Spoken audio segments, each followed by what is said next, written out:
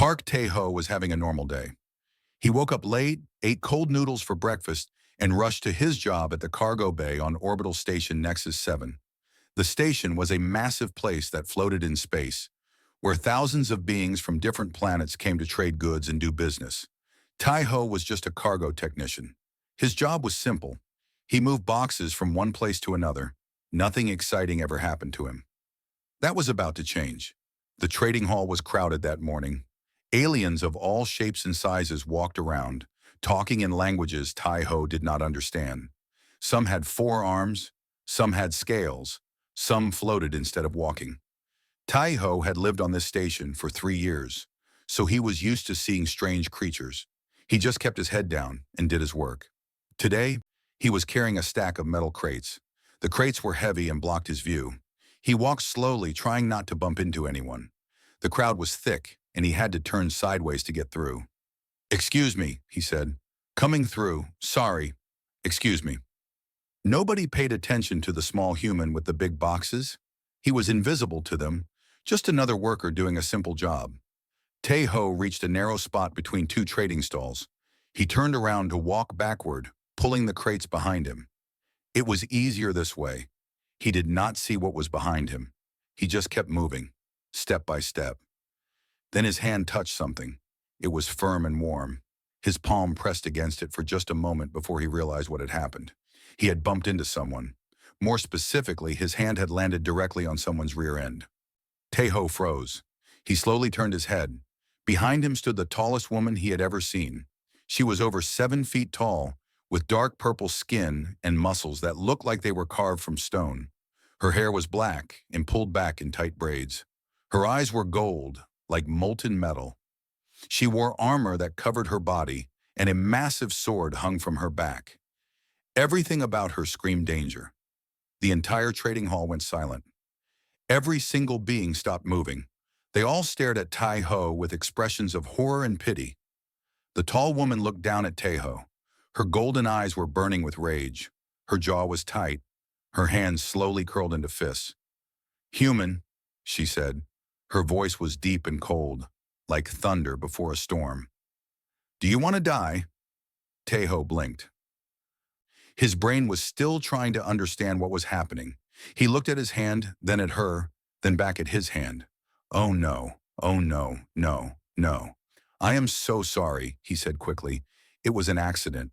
I could not see where I was going. These boxes are really heavy, and I just turned around, and you were there, and I did not mean to touch you. Please forgive me." He bowed his head low, the way his mother taught him to apologize. Then he grabbed his crates and started to walk away. The crowd gasped. Tae-ho stopped. Why were they gasping? He had apologized. What more did they want? The tall woman's face twisted with shock, then fury. Nobody had ever walked away from her. Nobody had ever dismissed her like she was not important. She was Vora, the Crimson Blade, the most famous warrior of the Kethrani Empire. She had killed over 400 enemies in single combat. Generals feared her. Emperors respected her. And this tiny, soft human had just touched her body and walked away like it was nothing. "You dare turn your back on me?" she roared. Tae-ho turned around slowly. "I said I was sorry. What else do you want?" A small alien next to him fainted. An old merchant grabbed Tae-ho's arm and whispered in his ear, "Human, do you not know what you have done? Among the Kethrani, touching a warrior in that manner is either a challenge to death or a proposal of marriage. You have insulted the Crimson Blade herself. She will kill you." Tae-ho's face went pale. "What? I just bumped into her. It was an accident." "It does not matter," the merchant said. "Kethrani honor law does not care about accidents. You must fight her now."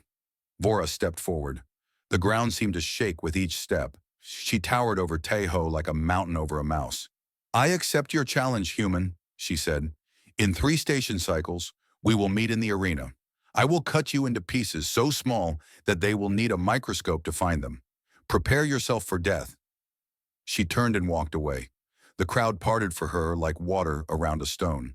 Her second in command, a stern warrior named Bon, followed behind her. He glanced back at Tae-ho with something that might have been pity. Tae-ho stood there still holding his crates, completely frozen. His mind was blank.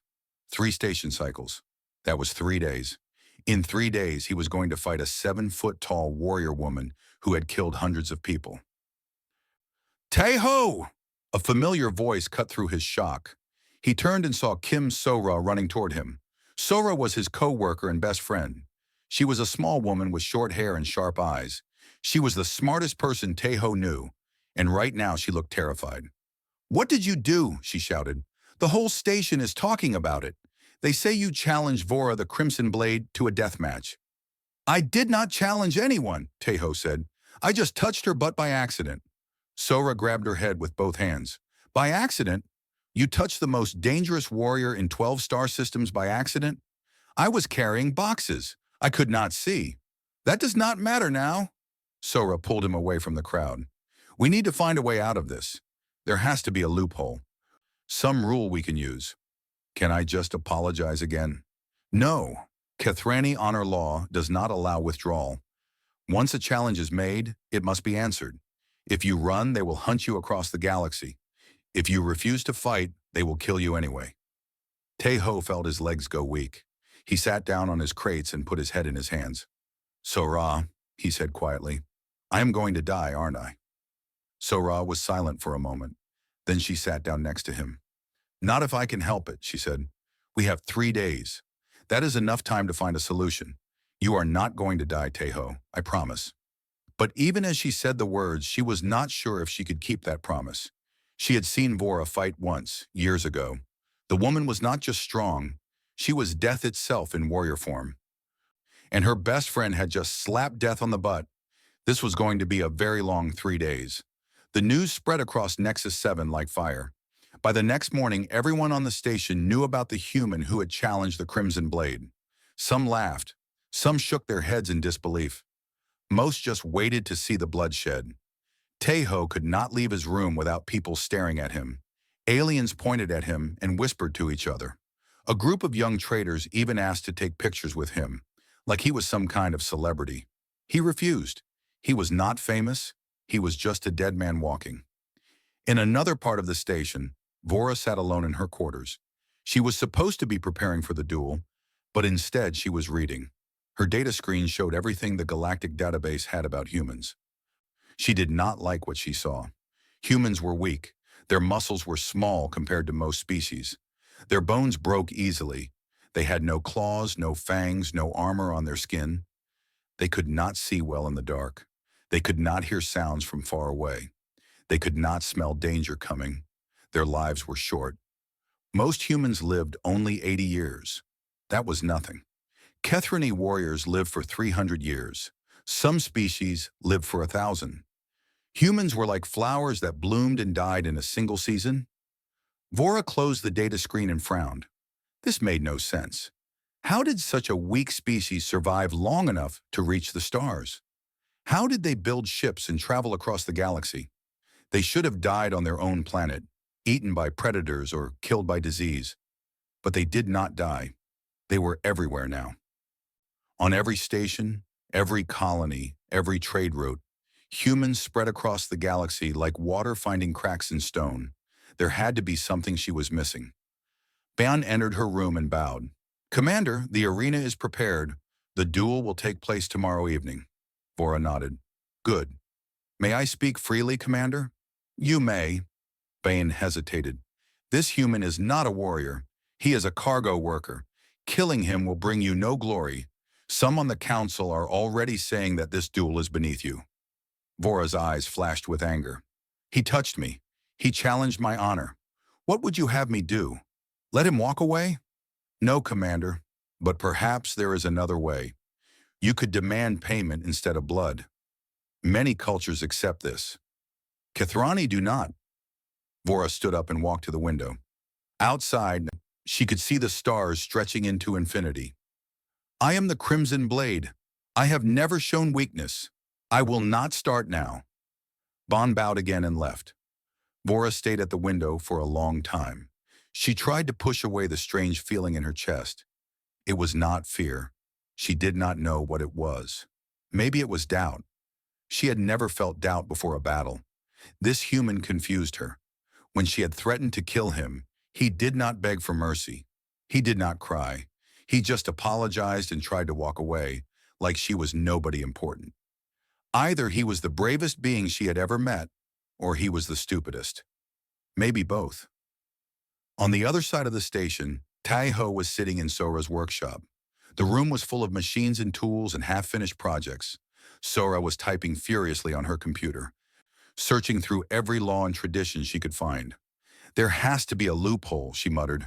Every system has a loophole. Tai-Ho sat in the corner, eating a rice ball. He had decided that if he was going to die, he would at least eat well first. Did you find anything? He asked. Maybe. Sora leaned back in her chair. Kithrani honor law says that a challenged warrior must fight to the death. But there is an old rule. If the challenged person survives 3 attacks without yielding, they can request a trial of worth instead of death. What is a trial of worth? It is a series of tests. They measure your spirit, your will, your character. If you pass, you are considered worthy of respect, and the duel ends. Tai-Ho thought about this. So I just need to survive 3 attacks from a woman who has killed 400 people? Yes, that sounds impossible. Not impossible, just very, very hard. Sora turned to face him. Tai-Ho, listen to me. Kithrani are strong and fast, but they think humans are weak. They expect you to fall after 1 hit. If you can stay standing, even for a little while, it will surprise them. Stay standing after getting hit by someone who could lift a truck? How? Sora smiled. That is where we come in. She led him to a large room at the back of the workshop. Inside, a group of humans were waiting. There were about 20 of them, all workers from different parts of the station. Tai-Ho recognized some of them. There was an old doctor, a young pilot, and several engineers. What is this? Tai-Ho asked. Your training team, Sora said. Every human on this station wants to help you. We all know what it is like to be underestimated. Other species think we are weak because we are small and soft. But we know something they do not. What? The old doctor stepped forward. His name was Li Dongjun, and he had gray hair and kind eyes. Humans are the best endurance hunters in the galaxy, he said. Our ancestors did not catch prey by being faster or stronger. They chased animals for hours, sometimes days, until the animals collapsed from exhaustion. We are built to keep going when everything else stops. A young woman named Choi Yuna nodded. And our pain tolerance is extremely high. We can take damage that would kill other species and keep moving. Our brains can ignore pain when we need to survive. The Kithrani do not know this, Sora added. They have never studied humans closely. They think 1 hit will finish you, but you and I both know that you have been hurt before. You broke your leg when you were 15 and walked home on it. You had a fever of 40 degrees and still went to work. You are tougher than you look. Tai-Ho remembered those moments. The broken leg had been agony, but he had made it home. The fever had made him dizzy, but he had finished his shift. So the plan is to let her hit me and not fall down, he asked. The plan is to show her that humans do not give up, Sora said. Take her best shots. Stay on your feet. And when you have survived 3 attacks, request the trial of worth. Then we will figure out the rest. Tai-Ho looked around at the group of humans. They were all looking at him with hope in their eyes. They wanted him to prove something. Not just for himself, but for all of them. He took a deep breath. Okay, he said. Let us train.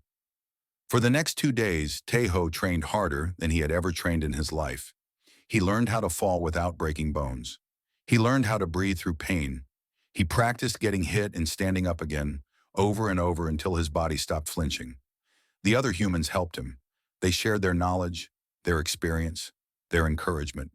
They told him stories of human endurance, climbers who survived on frozen mountains, swimmers who crossed oceans, soldiers who walked through fire. By the time the duel arrived, Tai-Ho was not ready. No amount of training could make him ready to fight the Crimson Blade, but he was ready to survive, and sometimes that was enough. The arena was packed with thousands of beings. They came from every corner of the station, filling the seats until there was no room left to stand. Giant screens floated above the crowd, showing the empty fighting ground below. The air was thick with excitement and the smell of strange foods from a dozen different worlds. Everyone had come to watch the human die. Betting stations were set up outside the arena. The odds were displayed on bright screens. Vora was favored to win at 100 to 1. Nobody was betting on Taiho. The few humans in the crowd stayed quiet, holding their breath and hoping for a miracle. Sora stood at the edge of the arena, gripping the metal railing so hard her knuckles turned white. Next to her, Dr. Lee and the other humans from the training group waited in silence. "He can do this," Sora whispered. "He has to." Dr. Lee put a hand on her shoulder. "He knows what to do. Now we just have to believe in him." The crowd roared as the first fighter entered the arena. Vora walked in through the main gate. She wore her ceremonial armor, black metal plates that covered her body like dragon scales. Her sword was strapped to her back, a massive blade that glowed with blue plasma light. Her face was calm and cold. She had done this 400 times before. This was just another day of work for her. The announcer's voice boomed through the arena. "The Crimson Blade, undefeated champion of the Kathrani Empire, slayer of the Beast of Koros, conqueror of the Seven Moons." The crowd cheered. Kathrani warriors in the audience stood and raised their fists in salute. Then the other gate opened. Taiho walked out slowly. He wore a borrowed combat suit that was 2 sizes too big. The helmet did not fit his head properly. The chest plate hung loose on his thin frame. He looked like a child wearing his father's clothes. The announcer hesitated.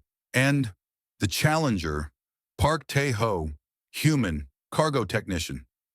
Silence, then laughter. It started small and grew louder. Thousands of aliens pointed and laughed at the tiny human in the oversized suit. Some of them were crying from laughing so hard. Tae-ho stood in the center of the arena and tried not to throw up. Vora looked at him across the fighting ground. Her golden eyes showed nothing. No anger, no pity, no respect. He was just an insect to her, something to be stepped on and forgotten. The arena master, a large alien with 6 arms, walked between them. He raised one hand for silence. "This duel is to the death," he announced. "It ends when one fighter is killed or yields. There are no rules. There is no mercy. May your ancestors guide your blade." He stepped back. Vora drew her sword. The blade was longer than Tae-ho was tall. It hummed with plasma energy that could cut through steel like butter. Tae-ho raised his fists. He had no weapon, just his hands and the training he had received. The horn sounded. Vora moved. She was so fast that Tae-ho barely saw her. One moment she was 20 feet away. The next moment her fist was crashing into his chest. The impact was like being hit by a flying car. Tae-ho felt his feet leave the ground. He flew backward across the arena and slammed into the wall with a horrible crunch. The crowd cheered. Tae-ho lay on the ground, gasping for air. His chest was on fire. At least 2 ribs were cracked, maybe broken. His vision was blurry, and he could taste blood in his mouth. "Get up," he told himself. "Get up or die." Slowly, painfully, he pushed himself to his feet. The crowd went quiet. Vora tilted her head slightly. The human was standing. That was unexpected. She walked toward him, not rushing. There was no need to rush. She had all the time in the world. "That was one," she said. "You have 2 more chances to stay down. I suggest you take them. Dying quickly is a mercy." Tae-ho coughed up blood and wiped his mouth. "I have had worse." It was a lie. He had never felt pain like this before, but he remembered what Sora told him. Survive 3 attacks. Just 3. Vora's eyes narrowed. Was this human mocking her? She swung her sword in a wide arc, the plasma blade singing through the air. Tae-ho could not dodge. He barely had time to raise his arms before the blade struck him across the chest. The plasma burned through the combat suit like it was paper. The force of the blow sent him spinning to the ground. He heard someone screaming. Maybe it was him. Everything hurt. His arms were burned. His chest was bleeding. His shoulder felt wrong, twisted in a way that shoulders should not twist. He looked at his left arm. The shoulder was dislocated, popped right out of the socket. Tae-ho grabbed his own arm, took a deep breath, and slammed his shoulder against the ground. There was a wet pop as the joint snapped back into place. He screamed in agony. Then he stood up again. The arena was completely silent now. Nobody was laughing anymore. In the stands, Sora was crying. Dr. Lee was muttering prayers under his breath. The other humans watched with wide eyes, unable to look away. Vora stared at Teho. Something strange was happening in her chest. It was that feeling again, the one she could not name. This human should be dead. He should be begging for mercy. Instead, he was standing in front of her, bleeding from a dozen wounds with fire in his eyes. "Why do you not yield?" she asked. Teho took a shaky breath. "Because giving up feels worse than dying." For a long moment, nobody moved. Then Vora raised her sword for the third strike. This would be the killing blow. She aimed for his neck, a quick and clean death. She swung. Teho did not dodge. He could not. Instead, he stepped forward into the strike, letting the blade cut across his torso instead of his neck. Blood sprayed from the wound. He fell to his knees, then collapsed face first onto the ground. The crowd waited. 1 second passed. 2 seconds. 3. Then Teho's hand moved. He pressed his palm against the ground and pushed. His arms shook. His whole body trembled. Blood pooled beneath him, spreading across the arena floor. But slowly, impossibly, he rose, first to his knees, then to one foot, then to both feet. Teho stood before Vora, swaying like a tree in a storm. His eyes could barely focus. His breath came in short, ragged gasps, but he was standing. 3 attacks, he said, his voice barely a whisper. I survived 3 attacks. By Kathrani honor law, I claim the right to a trial of worth. Vora stood frozen. Her sword hung at her side, dripping with his blood. The arena master stepped forward, looking uncertain. He checked his data pad, scrolling through ancient laws that nobody had used in centuries. The human speaks the truth, he announced. The old law is clear. He has survived 3 attacks without yielding. He may claim the trial of worth. The crowd erupted into chaos. Some cheered, some booed, some just sat in stunned silence, unable to process what they had just seen. Vora looked at Teho for a long time. Then she did something she had never done before. She bowed her head slightly.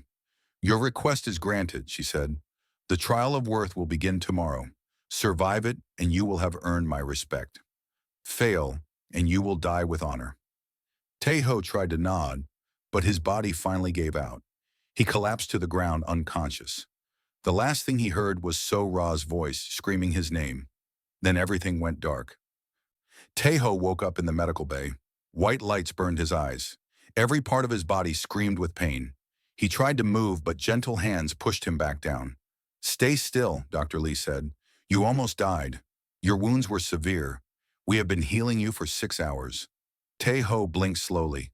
Am I alive? Barely. Sora appeared above him, her eyes red from crying. You stupid, brave, impossible fool. You actually did it. You survived 3 attacks from the Crimson Blade. Memory came flooding back. The arena, the sword, the blood. Standing up again and again until his body broke. The trial of worth, Teho croaked. When does it start? Tomorrow morning, Dr. Lee said, which means you have less than 12 hours to rest. The Kethrani are not known for their patience. Teho closed his eyes. 12 hours. It was not enough time to heal. It was barely enough time to sleep. But it was all he had. The next morning, Teho stood at the entrance to the trial grounds. His body was wrapped in bandages beneath his clothes. The medical machines had closed his wounds, but everything still hurt. Every breath was painful. Every step was difficult. But he was standing. That was what mattered. The trial grounds were different from the arena. There were no crowds here. Only Vora, Bahan, a few Kethrani elders, and the arena master. Sora had tried to come, but humans were not allowed to witness the trials. She was forced to wait outside, pacing back and forth with worry. Vora stood across from Teho. Today she wore simple robes instead of armor. Her eyes followed him as he walked in, studying his movements, his injuries, his spirit. The trial of worth has 3 parts, the arena master announced. The pain walk, the sleepless watch, and the hunt. Each trial tests a different aspect of a warrior's spirit. You must complete all 3 to be considered worthy. Teho nodded. He had learned about the trials from Sora. He knew what was coming. He was as ready as he would ever be. Begin the first trial, the arena master said. The pain walk was simple in concept. There was a path, about 50 meters long, lined with neural disruptors. These machines sent signals directly into the brain, making the body feel extreme pain without causing any real damage. Walking through them was like walking through fire, through broken glass, through every nightmare pain could offer. Most Kethrani warriors completed the walk in 10 to 15 minutes. Some gave up halfway. A few had died from shock, their hearts unable to handle the stress. Tai-Ho stepped onto the path. The first disruptor activated. Pain exploded through his body. It felt like his skin was being peeled off, layer by layer. He gasped and stumbled but did not fall. He took another step. Another wave of pain. This one felt like burning needles being pushed into every joint. Step. It felt like drowning in acid. Step. It felt like being crushed by stones. Step, step, step. Tai-Ho kept walking. His face was twisted with agony. Tears streamed down his cheeks. His hands shook so badly that he could barely keep them at his sides. But he kept walking. The Kethrani elders watched with wide eyes. They had seen many warriors attempt this trial. Some screamed, some crawled, some gave up and begged for it to stop. This human did none of those things. He walked forward, step after step, silent except for his heavy breathing. His eyes were focused on the end of the path. Nothing else existed to him. 8 minutes later, Tai-Ho stepped off the path. He stood there for a moment, swaying. Then he turned to face the elders. "That was not so bad," he said. "Reminded me of finals week in college." Bond made a choking sound. Vora's eyebrows rose slightly. "The first trial is complete," the arena master announced. "Time recorded, 8 minutes, 12 seconds. This is faster than the average Kethrani time?" Tai-Ho tried not to collapse. He had pushed through pain before. Long shifts at work, sickness that he could not afford to treat, the stress of living far from home, surrounded by aliens who thought he was worthless. Pain was an old friend by now. The second trial was the sleepless watch. Tai-Ho was placed in a small room with nothing but a chair. There was no light except for a faint glow from the walls. He had to stay awake for as long as possible while psychic machines probed his mind, trying to push him into unconsciousness. This trial tested willpower. The machines created heavy fog in the brain, making thoughts slow and eyes heavy. Most beings fell asleep within 6 hours. The record was held by a Kethrani general who lasted 12 hours. Tai-Ho sat in the chair and waited. The first hour was easy. He thought about home, about his mother's cooking, about the little apartment where he grew up, about his father's old jokes that were never funny but always made him laugh. The second hour was harder. His eyelids grew heavy. The room seemed to spin. He thought about Sora, about how she had believed in him when nobody else did, about how she had gathered the other humans to help him train. He could not let her down. The third hour was painful. Every cell in his body wanted to sleep. The machines whispered in his mind, telling him to rest, to close his eyes, to give up. He thought about the cargo bay, about his co-workers who smiled at him every morning, about the old man who ran the noodle shop and always gave him extra portions, about all the small kindnesses that made life bearable. 4 hours, 5 hours, 6. Tai-Ho was not awake because he was strong. He was awake because humans had evolved to stay awake. Long ago, his ancestors had hunted at night. They had kept watch around campfires while predators circled in the darkness. Staying awake was written into his blood. 7 hours, 8 hours. He remembered working triple shifts during the supply crisis last year, 3 days without sleep.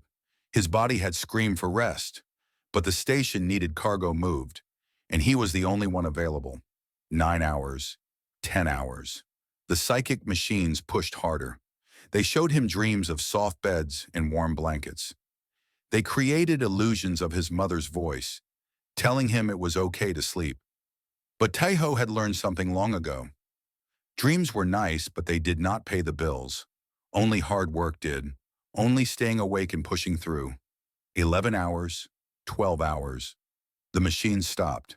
Tai-Ho opened his eyes slowly. His head felt like it was filled with sand, and his body was numb from sitting. The arena master stood before him, looking at his data pad with an expression of disbelief. 12 hours and 43 minutes, he said. This breaks the record. Outside the room, Ban turned to Vora. "Commander, this is not possible. Humans are weak. Their minds should have collapsed hours ago. Vora said nothing. She just watched as Tai-Ho stumbled out of the room, barely able to walk, but still walking. The third trial was the hunt. Tai-Ho was given a simple blade and dropped into a sealed section of the station that had been converted into a small forest. Somewhere in that forest was a predator, a beast from the Kathrani homeworld known for its speed and vicious teeth. He had 2 hours to catch or kill it. Tai-Ho looked at the blade in his hand. It was small, meant for a Kathrani child's training. He could barely lift his arms after the previous trials. There was no way he could fight this creature directly, so he would not try. Instead, Tai-Ho studied the forest. He found tracks in the dirt. He followed them slowly, quietly. When he found where the beast liked to drink water, he set a trap. He used vines to create a snare. He covered it with leaves and waited. 1 hour passed, then another. With 10 minutes left, the beast walked into his trap. The snare closed around its legs. It roared and struggled, but the vines held tight. Tai-Ho walked up to it, pressed his blade against its neck, and looked at the watching cameras. "I win," he said. Then he collapsed next to the beast, completely exhausted. When he woke up, he was back in the medical bay. Sora was holding his hand, crying again. "You passed," she whispered. "All 3 trials, you actually passed." And for the first time in days, Tai-Ho smiled. After the trials, everything changed. Tai-Ho was no longer the foolish human who had challenged the Crimson Blade by accident. He was now the human who had survived her attacks and passed the trial of worth. Videos of his trials spread across the station's network. Within days, they reached other stations, other planets, other systems. For the first time in galactic history, people were paying attention to humans. Tai-Ho did not feel like a hero. He felt tired and sore and confused. He spent most of his recovery time sleeping in the medical bay while Dr. Lee ran tests on his healing body. "Your cells are remarkable," the doctor said one morning. "Human bodies heal faster than most species. Small cuts close in days. Bones repair in weeks. Your immune system fights off infections that would kill others." Tai-Ho shrugged. "I thought that was normal." "It is normal for humans. It is not normal for anyone else." Sora visited every day. She brought him food from the noodle shop and told him about the station gossip. Apparently, there was a fierce debate among alien scholars about whether humans should be reclassified as a dangerous species. "Dangerous?" Tai-Ho laughed. "I am a cargo worker. The most dangerous thing I do is lift heavy boxes." "They do not see it that way," Sora said. "They saw you take 3 hits from the Crimson Blade and stand up. They saw you break the pain walk and sleeplessness records. They are scared of what humans might be capable of." Tai-Ho thought about this for a long time. He had never considered himself dangerous. Humans were small and soft compared to most aliens. They had no claws, no armor, no natural weapons. But maybe strength was not just about muscles and claws. A week after the trials, Tai-Ho was finally allowed to leave the medical bay. He walked slowly through the station, getting used to his healed body. His muscles were stiff, his joints ached. But he was alive, and that was more than anyone had expected. He stopped at the observation deck to watch the stars. This had always been his favorite place on the station. The view was endless, billions of lights scattered across the darkness, like glowing dust. "Human!" Tai-Ho turned around. Vora stood behind him, alone. She was not wearing armor today, just simple clothes that made her look almost ordinary. Almost. "Vora," he said. "I mean, Commander. Or, what should I call you?" "Vora is fine." She walked to stand beside him, looking out at the stars. "You healed quickly. That is what humans do." "Yes, I have been reading about your species." She paused for a moment. "I did not understand before. I thought humans were simply weak beings who had somehow stumbled into space through luck. I was wrong." Tai-Ho did not know what to say, so he stayed silent. "Your ancestors were persistence hunters," Vora continued. "They chased prey across open plains for hours, sometimes days, until the animals collapsed from exhaustion. No other species hunts this way. It requires endurance beyond reason. My grandmother used to say that our strength is not in our bodies. It is in our stubbornness." Vora made a small sound that might have been a laugh. I am beginning to understand that. She turned to face him. Her golden eyes were softer than before, less cold. Why did you not yield? She asked. In the arena. You could have saved yourself so much pain. Tejo thought about the question. He had asked himself the same thing many times. Because someone once told me that the only real failure is giving up, he said. My father said that. Before he died. He worked in a factory for 30 years. Hard labor, bad pay. But he never complained. He just kept going, day after day, because that was what humans do. We keep going. Vora was silent for a long moment. My people value strength above all else, she said. The strongest warriors lead. The weak are left behind. It is efficient. It has made us powerful. But watching you stand up again and again, I wondered if we have been measuring strength the wrong way. Maybe there is more than one kind of strength. Perhaps. They stood together, watching the stars. The silence between them was comfortable now, not tense. Over the following weeks, Vora found reasons to visit Tejo. She said it was for cultural research. She wanted to understand humans better. She asked him questions about Earth, about human history, about why his species did the strange things they did. Tejo told her about human wars, about how they had nearly destroyed themselves many times but always rebuilt, about diseases that killed millions and the vaccines that saved billions, about the planet they had damaged with pollution and the desperate fight to heal it. He told her about human love, about how they form families not just from blood but from choice, about how they fell in love knowing they would lose each other someday and chose to love anyway. He told her about human dreams, about artists who created beauty that would outlast their short lives, about scientists who worked on problems they would never solve, trusting future generations to finish their work, about parents who sacrificed everything for children they would never see grow old. Vora listened to all of it. Sometimes she asked questions. Sometimes she just sat in silence, processing what she heard. You are strange creatures, she said one evening. You build civilizations knowing you will not live to see them flourish. You love knowing you will lose. You dream knowing you will die. It seems like madness. Maybe it is, Tejo admitted, but it is our kind of madness. Bon warned Vora about her growing attachment. Commander, this human lives only 80 years. That is nothing. You will watch him age and die in what feels like a moment to you. I know, Vora said. Then why do you spend so much time with him? Vora did not answer. She did not have an answer. But she kept visiting Tejo. She could not help herself. There was something about him that drew her in. Not his strength, though she respected that now. Something else. His kindness, his humor, the way he smiled even when he was in pain. Then the news came. Sora burst into Tejo's room one night, her face pale with fear. A Kithrani war fleet is approaching the station, she said. They are demanding Vora's surrender. Tejo sat up quickly. What? Why? A faction in the Kithrani government. They say she showed weakness by sparing you, by giving you the trial of worth instead of killing you. They want her dead. Tejo felt cold fear spread through his chest. How many ships? 12 warships. The station's security forces cannot stop them. Tejo stood up. His hands were shaking, but not from fear, from anger. No, he said.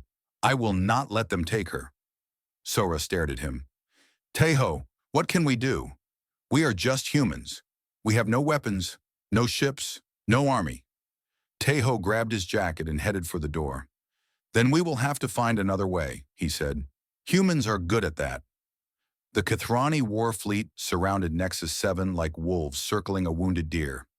12 massive warships hung in space, their weapons pointed at the station. Inside, thousands of civilians watched the screens with terror in their eyes.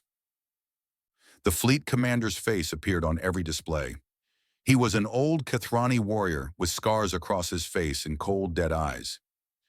People of Nexus 7, he announced, we have no quarrel with you. We seek only the traitor Vora, who has brought shame upon the Kithrani Empire. Surrender her to us within 6 hours and you will not be harmed. Resist, and we will turn your station to dust. The transmission ended. Panic spread through the station. The Council of Merchants held an emergency meeting. Many of them wanted to hand over Vora immediately. She was just one person. Why should thousands die for her? Vora herself prepared to surrender. She would not let innocent people die because of her.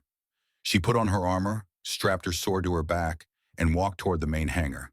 But Tai Ho was waiting for her at the door. "Move aside, human," she said. "I will not let your people die for me." "And I will not let you sacrifice yourself," Tai Ho replied. He stood firm, blocking her path. "There has to be another way."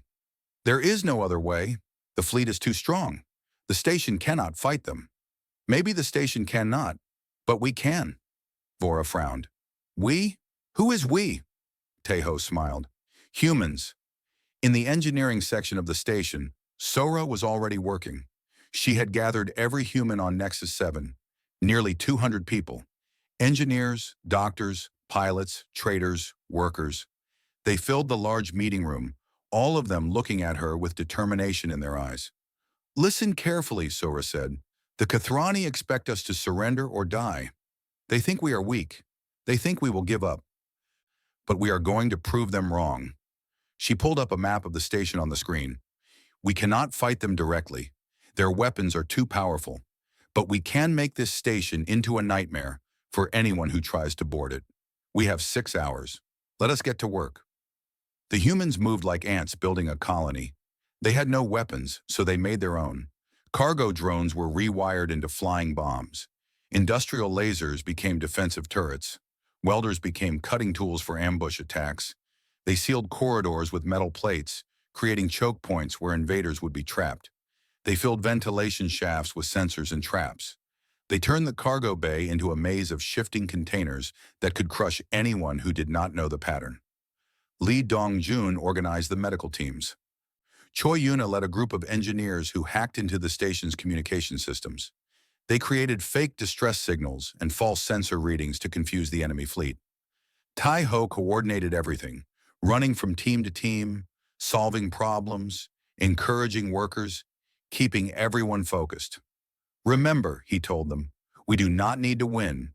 We just need to survive long enough for help to arrive. Other stations are watching. Other species are watching.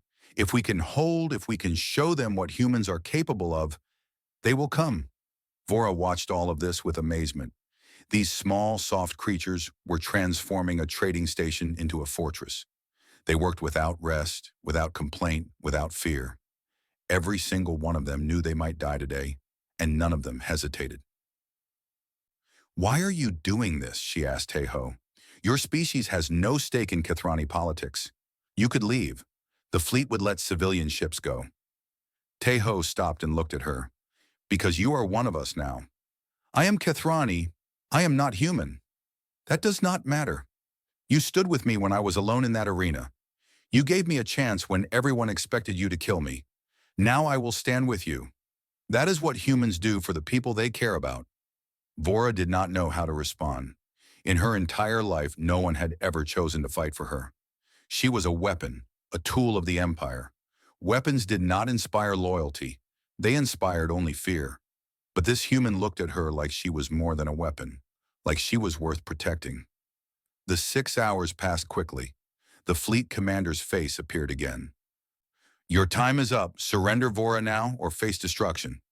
The station master, a trembling alien who had never faced war before, was about to respond when Tai Ho took the microphone. "This is Park Tai Ho, speaking on behalf of the human population of Nexus 7, he said. "We will not surrender Vora. We will not surrender anyone. If you want her, you will have to come and get her. And I promise you, it will cost you more than you are willing to pay." The fleet commander laughed. "You, a cargo worker? You dare to threaten the Kathrani Empire? I am not threatening you. I am warning you. Humans do not give up. Humans do not surrender. We have fought wars that lasted generations. We have survived disasters that would have ended other species. And today, we will show you why the galaxy should never underestimate us." He ended the transmission. The boarding began within minutes. Kathrani dropships launched from the warships, carrying hundreds of armed warriors. They expected the station to be an easy target. They expected terrified civilians and minimal resistance. What they found was a war zone. The first wave landed in the cargo bay. The moment they stepped off their ships, the lights went out. In the darkness, cargo containers began to move, guided by human controllers watching from hidden cameras. Kathrani warriors were separated, confused, crushed between shifting walls of metal. The second wave tried the main corridors. They found every door sealed, every path blocked. When they finally cut through, they walked into ambushes. Drone bombs flew from the ceiling. Industrial lasers fired from hidden positions. Humans attacked in small groups, striking fast and retreating before the Kathrani could respond. The Kathrani were stronger, faster, and better armed, but they did not know the station. Humans did. Every corridor, every vent, every hiding spot was familiar territory. Tai-Ho led a team to protect Vora's position. They had no guns, only tools and makeshift weapons. When a Kathrani squad found them, Tai-Ho expected to die. But something strange happened. The Kathrani hesitated. They recognized him, the human from the arena, the one who had survived the Crimson Blade's attacks and broken the trial records. He had become a legend among Kathrani warriors, a symbol of impossible endurance. "Stand aside, human," the squad leader said. "We do not want to harm you." Tai-Ho held his ground. "Then leave. Go back to your ships. Tell your commander that this station is protected." "We cannot. Orders are orders." "Then you will have to go through me." The squad leader raised his weapon, but before he could fire, Vora appeared behind Tai-Ho, her sword drawn. "If you want him," she said, "you will have to go through me first." The squad leader's eyes widened, the Crimson Blade standing beside a human, protecting him. It was unthinkable. "Commander," he said, "you would die for this alien?" "I would," Vora said simply. The moment stretched into eternity. Then slowly, the squad leader lowered his weapon. "This is wrong," he said quietly. "This whole invasion is wrong. You did nothing shameful by sparing a worthy opponent. The old ways are outdated." He turned and walked away. His squad followed. Across the station, similar scenes played out. Not all of them ended peacefully. Battles raged for hours. People died on both sides. But gradually, the tide began to turn. The humans kept fighting. They refused to break. Every time the Kathrani thought they had won a section, humans would appear from nowhere and take it back. And the galaxy was watching. News drones had been broadcasting the entire battle. Species from 100 worlds saw the humans of Nexus 7 stand against an empire. They saw small, weak creatures fight with ingenuity and determination. They saw Vora, the feared Crimson Blade, fighting alongside humans instead of against them. One by one, other stations began sending messages of support. Trade guilds threatened to boycott Kathrani goods. Political leaders demanded the fleet withdraw. Finally, after 12 hours of fighting, the fleet commander received new orders from the Kathrani homeworld. The political cost had become too high. The invasion was called off. The warships withdrew. Nexus 7 had won. Nexus 7 slowly returned to normal. Workers repaired the damage. Merchants reopened their shops. Life continued, as it always did, even after the impossible had happened. But nothing was truly the same. The humans of Nexus 7 were no longer invisible. They walked through the trading halls with their heads held high. Aliens who had once ignored them now nodded in respect. Some even asked questions about human history and culture. The cargo workers, engineers, and doctors who had defended the station were treated like heroes. Tai-Ho hated the attention. He was not a hero. He was just a man who had refused to give up. That was all. But the galaxy saw things differently. Representatives from 6 different species councils came to Nexus 7 to present awards. There were ceremonies and speeches and more handshakes than Tai-Ho could count. He sat through all of them with a polite smile, waiting for the moment when he could escape back to his simple life. "You look miserable," Sora said during one particularly long ceremony. "You just received the Medal of Unity from the Galactic Trade Federation. You could at least pretend to be happy." "I just want to go back to carrying boxes," Tai-Ho muttered. That made sense. "This does not." Sora laughed. "Too late for that. You are famous now. The human who stood against the Kathrani Empire. Children on a dozen planets are playing games where they pretend to be you. That is terrible. That is life. Get used to it." Vora's situation was more complicated. The Kathrani government had officially stripped her of her military rank. She was no longer the Crimson Blade, No longer a commander, no longer part of the empire that had been her entire identity. She should have been devastated. Instead, she felt strangely free. For the first time in her life, she did not have orders to follow. She did not have enemies to kill. She could go anywhere, do anything, be anyone. It was terrifying and wonderful at the same time. She spent her days wandering the station, learning how ordinary people lived. She ate at the noodle shop and discovered that human food was surprisingly good. She watched children play in the recreation areas and wondered what it would be like to have a childhood without military training. She talked to traders, engineers, doctors, and workers, and found that every one of them had a story worth hearing. And she spent time with Tae-ho. They did not talk about the battle or the trials or the invasion. They talked about small things, favorite foods, childhood memories, dreams for the future. Tai-ho told her about the ocean on Earth, how it stretched to the horizon in every direction. Vora told him about the crystal caves on her homeworld, how the light danced through them like living fire. I have never seen an ocean, Vora admitted one evening. They were sitting on the observation deck, watching the stars. My training began when I was very young. There was never time for travel. Maybe you can see one someday, Tae-ho said. Earth has many oceans. Each one is different. Some are cold and gray. Some are warm and blue. Some are wild with storms. Some are calm as glass. I would like that. Tae-ho looked at her. In the starlight, her purple skin seemed to glow. Her golden eyes reflected the distant suns like mirrors. Come with me, he said, when this is all over. Come to Earth. I will show you the oceans. Vora was quiet for a long moment. You know I will outlive you, by centuries. If I go with you, I will watch you grow old. I will watch you die. Is that not cruel? Tae-ho smiled. Humans love knowing we will lose.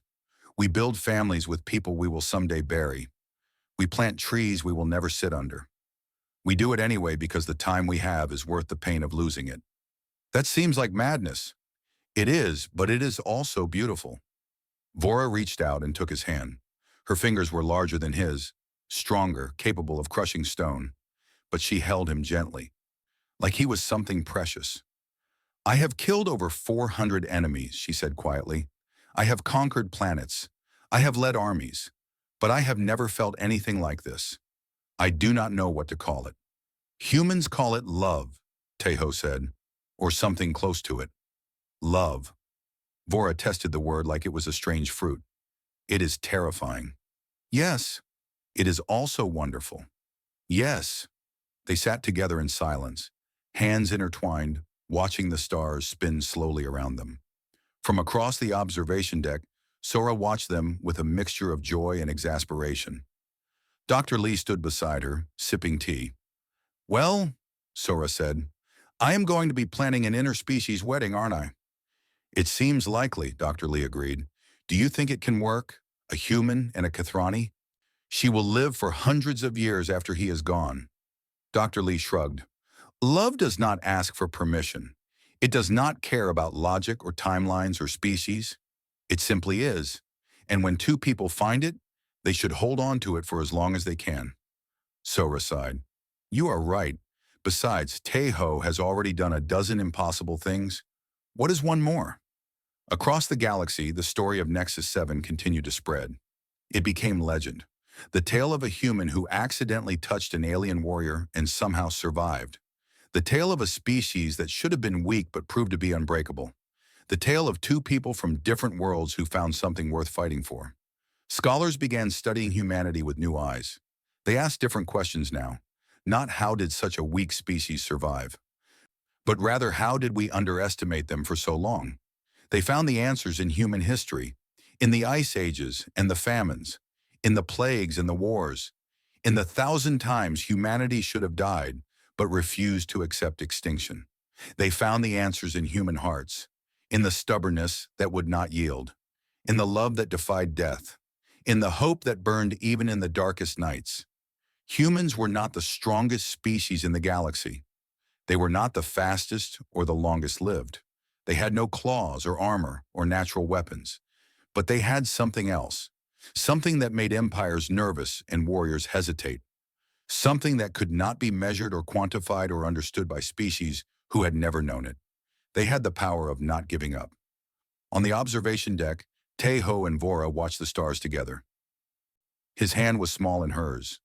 His life was a brief flicker compared to her centuries. But in that moment, none of that mattered. "Do you remember what you asked me?" Tejo said.